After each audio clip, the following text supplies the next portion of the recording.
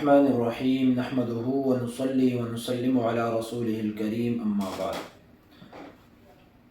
دروس الصرف کا سلسلہ چل رہا ہے۔ آج کے درس میں ہم نون اعرابی والا قانون پڑھیں گے۔ اس قانون کو پڑھنے سے پہلے ذرا ایک بات ذہن میں رکھنی چاہیے کہ نون کی بیسک 5 قسمیں ہیں۔ نمبر 1 نون قطنی، یہ وہ نون ہوتا ہے کہ جو 2 کلموں کو ملانے کے لیے درمیان میں لایا جاتا ہے اور چھوٹا سا ہوتا ہے، اور یہ در حقیقت نون تنوین ہوتا ہے جو 2 کلموں کو ملانے کی صورت میں پھر ظاہر کیا جاتا ہے، جیسے قل هو اللہ احد اللہ الصمد۔ ان 2 آیاتوں کو جب ملا کر پڑھیں گے تو درمیان میں نون کا پڑھنا ضروری ہوگا، ورنہ کلمہ ادا نہیں ہوگا۔ نمبر 2 نون وقایہ۔ نون وقایہ یہ فعل ماضی اور امر حاضر کا اعراب بچانے کے لیے لایا جاتا ہے، اور اس کے بعد یا ضمیر متکلم مفعول بھی ہوتا ہے کلام کے اندر۔ ایک مثال آپ بہت زیادہ سن چکے ہوں گے، جاءنی زید۔ یہ جو جاء صیغہ ہے اور یا ضمیر متکلم ہے، درمیان میں جو نی ہے، نون زیر نے، یہ نون وقایہ ہے۔ اسی طرح قرآن مجید کے اندر آتا ہے فَإِيَّايَ فَارْهَبُونِ وَإِيَّايَ فَاتَّقُونِ، تو یہ جو نون ہے یہ نون وقایہ ہے۔ تیسرے نمبر پر نون ثقیلہ، یہ مضارع کے آخر میں لگایا جاتا ہے تاکید پیدا کرنے کے لیے، اور یہ ہمیشہ مشدد ہوتا ہے، جیسے قرآن کے اندر آتا ہے لَا يَسْجُنُنَّهُ حَتَّى حِينٍ، اور وہ دوسری جگہ آتا ہے لَأَذْبَحَنَّهُ أَوْ لَيَأْتِيَنِّي بِسُلْطَانٍ مُبِينٍ۔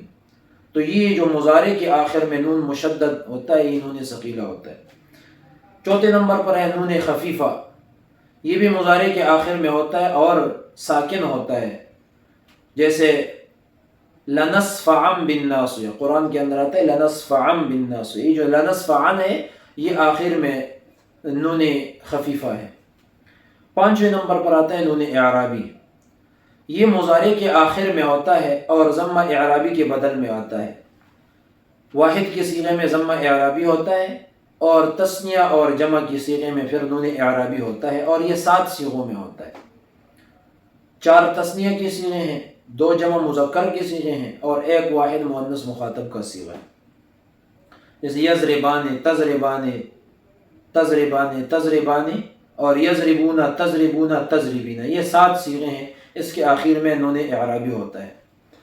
اب آتے ہیں قانون کی طرف۔ تو یہ جو نون اعرابی ہے اس کو 5 حالتوں میں گرانا واجب ہے۔ نمبر 1 حروف جوازم داخل کرتے وقت، جیسے یضربان سے لم یضربا۔ حروف جوازم 5 ہیں، ان، لم، لما، لام امر اور لائے نہیں۔ ہم جو گردانے پڑھتے ہیں اس میں حروف جازمہ میں سے لم ہوتا ہے، لام امر ہم پڑھتے ہیں ان کی گردانے، اور لائے نہیں کی گردانے ہم پڑھتے ہیں۔ ان اور لما یہ کبھی کبھی آ جاتا ہے عربی کلام کے اندر۔ دوسرے نمبر پر حروف نواسب داخل کرتے وقت، جیسے یضربان سے لن یضربا۔ حروف نواسب 4 ہیں، ان، لن، کئی اور اذن۔ یہ 4 حروف نواسب ہیں، یہ جب مضارع پر داخل ہوتے ہیں تو نون اعرابی کو گرا دیتے ہیں۔ چوتھے نمبر پر ہے نون ثقیلہ کا لاحق ہونا، جب مضارع کے آخر میں نون ثقیلہ لگ جائے گا تو وہ نون اعرابی گر جائے گا، جیسے یضربان سے لیضربان۔ ابھی جو آخر میں نون ہے یہ نون ثقیلہ ہے، اور وہ نون اعرابی اس کی وجہ سے گرا ہوا ہے۔ نون خفیفہ لاحق کرتے وقت، جیسے یضربون سے لیضربن۔ ابھی جو لیضربن کے آخر میں نون خفیفہ ہے اس کی وجہ سے نون اعرابی کو ہم نے گرا دیا ہے۔ اور 5ویں نمبر پر امر حاضر معلوم بناتے وقت، جب مضارع کے صیغے سے امر حاضر معلوم بنائیں گے تو نون اعرابی کو گرانا واجب ہے، جیسے تضربان سے اضربا، تضربون سے اضربو، تضربین سے اضربی۔ تو یہ تھا ہمارا آج کا سبق اور آج کا قانون کہ نون اعرابی کو 5 حالتوں میں گرانا واجب ہے۔ تفصیل آپ سن چکے ہیں اور آپ پڑھ چکے ہیں۔ اجرا کیجئے، قرآن مجید کے اندر دیکھیں، عربی کلام کے اندر جہاں جہاں نظر آئے انشاءاللہ آپ کے لیے سمجھنا آسان ہوگا۔ وآخر دعوانا ان الحمد للہ رب العالمین۔